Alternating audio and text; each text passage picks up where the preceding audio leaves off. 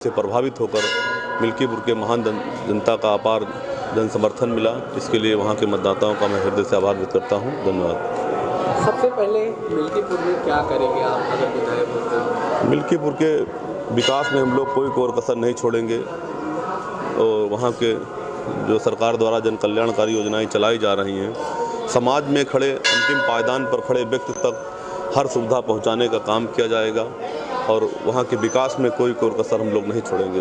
धन्यवाद। अच्छा, कैसा लग रहा है? योगी जी ने आपको प्रत्याशी बनाया, आप विधायक बनने वाले, कैसे देख रहे हैं? और बताएं, अब इधर आओ। ये मिल्कीपुर से बीजेपी के प्रत्याशी चंद्रभान पासवान को आप सुन रहे थे, जो कि आगे चल रहे हैं। वो कह रहे हैं कि भैया हमने बहुत काम किया और काम आगे लोगों तक पहुंचाएंगे, इसलिए वोट पड़ रहा है। वीरेंद्र सचदेवा अब हनुमान मंदिर जा रहे हैं, तो ये 26-43 का मामला बना रहे। आप देखिए, अभी 70 की 70 सीटों के रुझान आ चुके हैं दिल्ली में। 70 की 70 सीटों के रुझान के बाद इस वक्त तस्वीर है कि आम आदमी पार्टी 26 और बीजेपी गठबंधन 43। सुनिए। अरविंद केजरीवाल ने जिस तरीके से बताया कि उनके विधायकों को बीजेपी के द्वारा 15-15 करोड़ रुपए के जो है सो पेशकश की गई। हार और निराशा जो है वो आदमी को कितना विचलित करती है, वो कल हमें देखने को मिला अरविंद केजरीवाल और संजय सिंह के बयानों में। पहले से बहाने ढूंढना हार के, 16 नाम नहीं बता पा रहे हैं, कोई 7 बोलता कोई 16 बोलता है, स्क्रिप्ट भी ठीक से नहीं लिखी है। तो मुझे लगता है उनकी चोरी झूठ जो आदत है वो अब धीरे धीरे दूर होगी। जनता जब परिणाम दे देगी तो ये आदतें भी इनकी सुधर जाएंगी। आज के रिजल्ट को लेकर सर आप आश्वस्त हैं? आज मैं पूरी तरह से आश्वस्त हूँ। माननीय प्रधानमंत्री जी के नेतृत्व में हमने चुनाव लड़ा है, निस्संदेह जीतेंगे। तो सुना आपने दिल्ली के प्रदेश अध्यक्ष वीरेंद्र सचदेवा जी का साफ तौर पर कहना है कि निसंदेह इनकी सरकार बनने वाली है और वीरेंद्र सचदेवा इस वक्त जो है अपने घर से। देखिए, इस वक्त आपको एक बड़ी खबर बता दूं। बड़ी खबर यह है कि नई दिल्ली सीट से अरविंद केजरीवाल सुबह से लगातार पीछे चल रहे हैं। अरविंद केजरीवाल इस वक्त जो हमारे पास आंकड़ा है, इस वक्त भी 1500 वोट से पीछे चल रहे हैं नई दिल्ली की सीट से। और यह बहुत बड़ी खबर है कि आम आदमी पार्टी 26 सीटों पर दिख रही है, बीजेपी गठबंधन 43 सीटों पर दिख रहा है और अरविंद केजरीवाल नई दिल्ली सीट से सुबह से एक बार भी आगे नहीं हो पा रहे हैं, वो लगातार पीछे चल रहे हैं। तो ये पहले ही कहा जा रहा था कि नई दिल्ली की सीट जो है वो अरविंद केजरीवाल के लिए मुश्किल साबित होगी और इस वक्त वही तस्वीर बनती भी दिख रही है।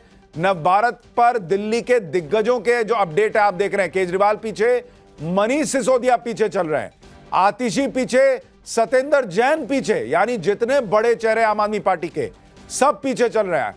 कांग्रेस से अलका लांबा और रागिनी नायक पीछे चल रहे हैं। संदीप दीक्षित जो नई दिल्ली से कांग्रेस के प्रत्याशी हैं वो पीछे। अमानतुल्लाह खान ओखला से पीछे चल रहे हैं।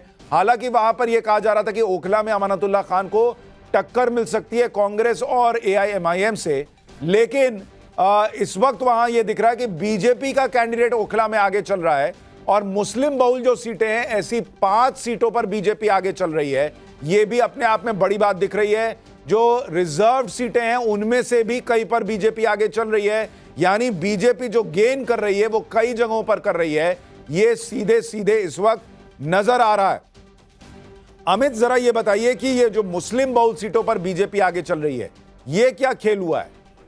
देखिए सुशांत, मुझे लगता है कि बीजेपी ने, पहले भी बात हुई थी कि बहुत मेहनत इस बार की है, लेकिन उसकी नजर जो है बीजेपी की इस बात पर जरूर टिकी थी कि उनके नतीजे कहीं ना कहीं कांग्रेस के वोट परसेंट पर थी। और इसीलिए मुझे लग रहा है जो कुछ जगहों पे आप देखिएगा, जो अभी जो शुरुआती लग रहा है, जैसे थोड़ी देर पहले आपने भी कहा कि करीब 12-14% कांग्रेस का हो सकता है, हालांकि शुरुआती है, लेकिन मुझे लगता है कि बहुत बड़ा कंट्रीब्यूशन आप देखेंगे कि अगर बीजेपी बहुमत की तरफ जाती है तो उसमें एक बड़ा रोल होगा कि कांग्रेस ने अच्छा फाइट किया है, मतलब उनको वोट परसेंट मिला। और उसकी वजह ये नहीं कि कांग्रेस के नेताओं ने मेहनत की, उसका नतीजा यह है कि जो उनका पुराना वोट बैंक था उनको लगने लगा कि अब वक्त आ गया है कि अब केजरीवाल से हटके वापस उनके पास आ जाए, कि एक नाराजगी जो थी एंटी इनकम्बेंसी थी। तो मुझे लगता है बड़ी वजह होगी कि कांग्रेस का वोट परसेंट गेन करना। और इसीलिए आप देखिए मुस्लिम बहुल इलाके जैसे में अगर बीजेपी आगे बढ़ रही है तो निश्चित तौर पर वहां पर कांग्रेस ने एक बड़ा खेल किया है और उसी की वजह से वो आगे बढ़ती दिख रही है। खास करके अभी बात करते करते बीजेपी 42, आम आदमी पार्टी 27, कांग्रेस 1, 70 सीटों के रुझान आपके सामने आ चुके हैं। आम आदमी पार्टी से नव्यान शर्मा जुड़ गए हैं, सतीश लखेरा बीजेपी से, विजय राठी सपा से। नव्यान भाई, लगातार सुबह से नई दिल्ली सीट पर अरविंद केजरीवाल पीछे चल रहे हैं।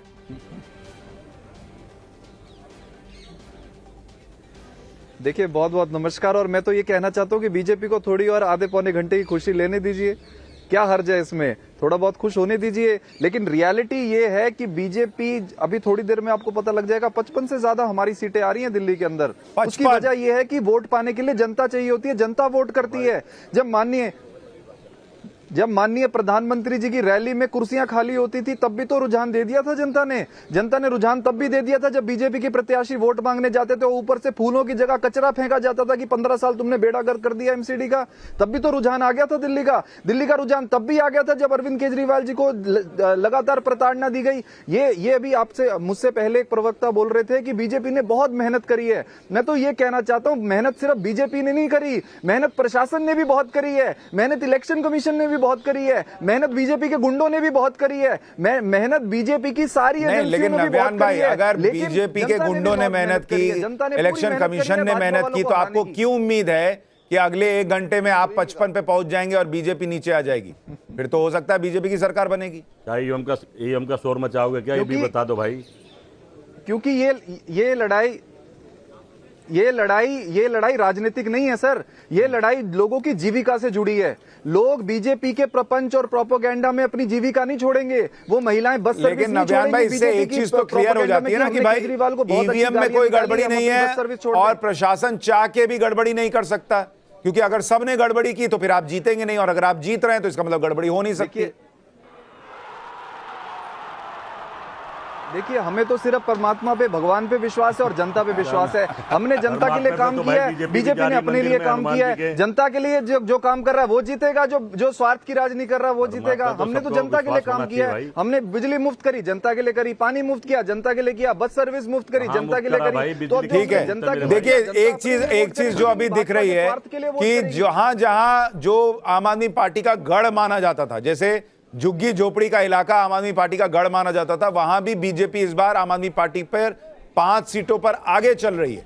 तो ये ऐसा दिख रहा है कि मुस्लिम बहुल इलाकों में कांग्रेस को जो वोट पड़ रहे हैं उसका फायदा बीजेपी को हो रहा है। झुग्गी झोपड़ी के इलाकों में भी बीजेपी ने जो फ्रीबीज दी शायद उसका असर हो रहा है कि झुग्गी झोपड़ी के इलाकों में भी बीजेपी को बढ़त दिख रही है, और कई जगहों पर बीजेपी जो है वो बेहतर प्रदर्शन करती दिख रही है। जी अवधेश जी। लोगों को केवल फ्रीबीज का नहीं, झुग्गी झोपड़ी के लोगों को जब आप निकलेंगे तो ज्यादातर झुग्गी झोपड़ी के बाहर जो है सड़कें नाले में बदल गए, गंदे पानी उनके सड़कों पर मिल रहा है। झुग्गी झोपड़ी के लोगों को पानी खरीद कर पीना पड़ रहा है।